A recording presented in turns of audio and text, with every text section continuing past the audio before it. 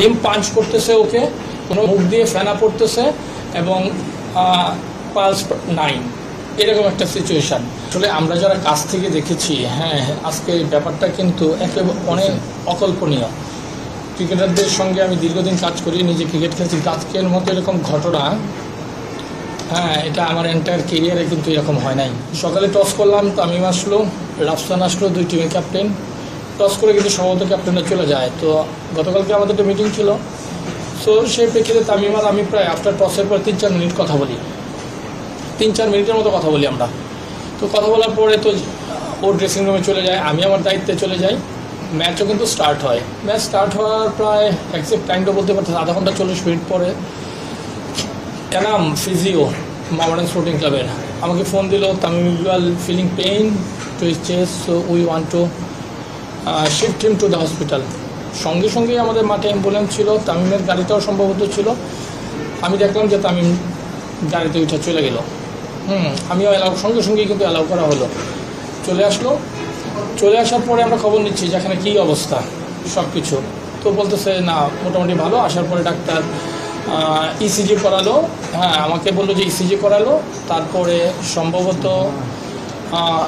Clofenac জাতীয় বা something আমি মনে করতে পারতেছিলাম। তো একটা ট্রিটমেন্ট করালো। ট্রিটমেন্ট করানোর পর যেটা পর আমি ট্রেনারের কাছে যেটা ডক্টরের কাছে যেটা শুনলাম যে ডাক্তার কিছুক্ষণ বলছিল থাকবার জন্য। তো তামিম নিজে থেকে বলতেছিল না আমি ঢাকায় শিফট হতে চাই। তো ঢাকায় যখন শিফট হতে চাই তখন ইতিমধ্যে সে তার ফ্যামিলি মেম্বার এবং হেলিকপ্টারের সঙ্গেও কথা বলো যে হেলিকপ্টার শিফট করবার জন্যে। হ্যাঁ ওই সময়টাতে কিন্তু আমি মাঠে, আমরা ডাক্তার আমাদের যে ডিবিকেএসপি ডাক্তার ছিলেন এবং আমাদের ডালিম ছিলেন ট্রেনার, তার সঙ্গে কমিউনিকেশন ছিল। সো পরে যখন হেলিকপ্টার আসতেছে শুনলাম, আমাকে হেলিকপ্টার ম্যানেজার ইনফর্ম করলো যে সম্ভবত হেলিকপ্টার এসে তামিমকে নিয়ে যেতে পারে, মোহামেডান টিমের ম্যানেজার শিপন ভাই।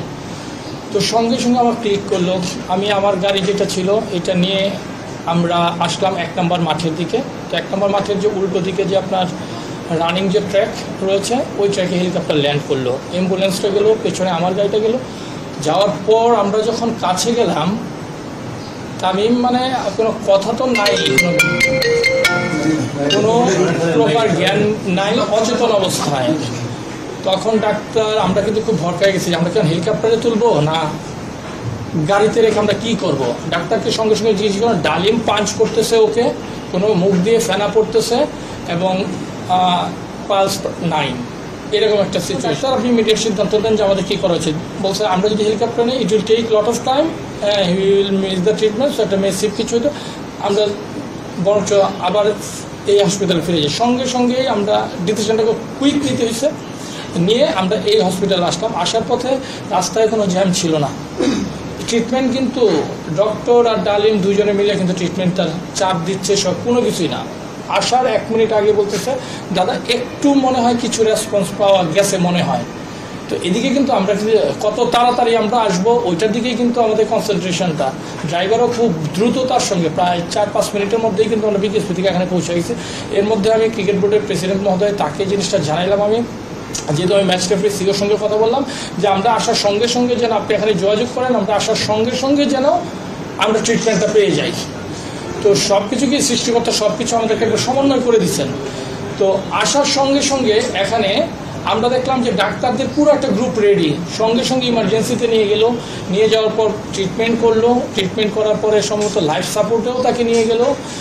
এক পর্যায়ে যখন সব কিছুই হচ্ছে তখন তারপর তাকে ক্যাথল ল্যাবে নিয়ে গেল। ক্যাথল ল্যাবে নিয়ে গিয়ে কিন্তু সঙ্গে সঙ্গে এগুলো কাজগুলো কিন্তু ডাক্তাররা খুব প্রোয়েক্টিভের সঙ্গে, খুব ভালো। আমরা মানে শুরুর থেকে তো ছিলাম, এখানে তো আমাদের যে টিটু ভাই ছিলেন, মোহামেডান টিমের অফিসিয়াল টিটু ভাই ছিলেন, যে তামিমের যে সাইনটা করবে পেপারে, ডাক্তার যে নিয়ে যাচ্ছে এনজিওগ্রাম করবে, আমরা সাইন করার কেউ ছিল না। হ্যাঁ আমাকেই এই সাইনটা কিন্তু করতে হচ্ছে। এর মধ্যে আমি নাফিজের সঙ্গে কথা বলছি, আকরাম ভাইদের সঙ্গে কথা বলছি, ফারুক ভাইয়ের সঙ্গে কথা বলছি, ওরাও আমাকে বলছে না তুমি আমাদের পক্ষে জিনিসটা করো। হ্যাঁ মানে এটা দেবাশিসদার সঙ্গেও সার্বক্ষণিক যোগাযোগ রাখতেছিল ডাক্তার যে এই ট্রিটমেন্ট চলছে।